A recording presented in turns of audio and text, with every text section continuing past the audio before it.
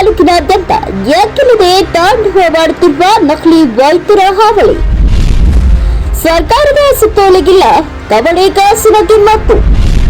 ಈ ಭಕ್ಷಕರಿಗೆ ಯಾವ ಅಧಿಕಾರಿಗಳ ಭಯವೇ ಇಲ್ಲ. ನಕಲಿ ವೈದ್ಯರಿಗೆ ಸಾಥ ನೀಡುತ್ತಿದ್ದಾರಾ ತಾಲೂಕಾ ಮತ್ತು ಜಿಲ್ಲಾ ಆರೋಗ್ಯಾಧಿಕಾರಿಗಳು? ನಕಲಿ ದಂಧೆ ಅರಿತು ಅರಿಯದಂತೆ ಗಪ್ ಚುಪ್ ಕುಳಿತಿದ್ದಾರಾ ಆರೋಗ್ಯಾಧಿಕಾರಿಗಳು? ಇವರು ಕಲ್ತಿರೋದು BAMS, ಮಾಡ್ತಿರೋದು MBBS ಕೆಲಸ.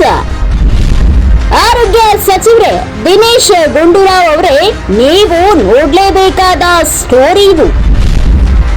ನಕಲಿಯರ ಅಸಲಿ ಬಣ್ಣ ಎಳೆ ಎಳೆಯಾಗಿ ನಿಮ್ಮ ಮುಂದೆ ಅತಿ ಶೀಘ್ರದಲ್ಲಿ.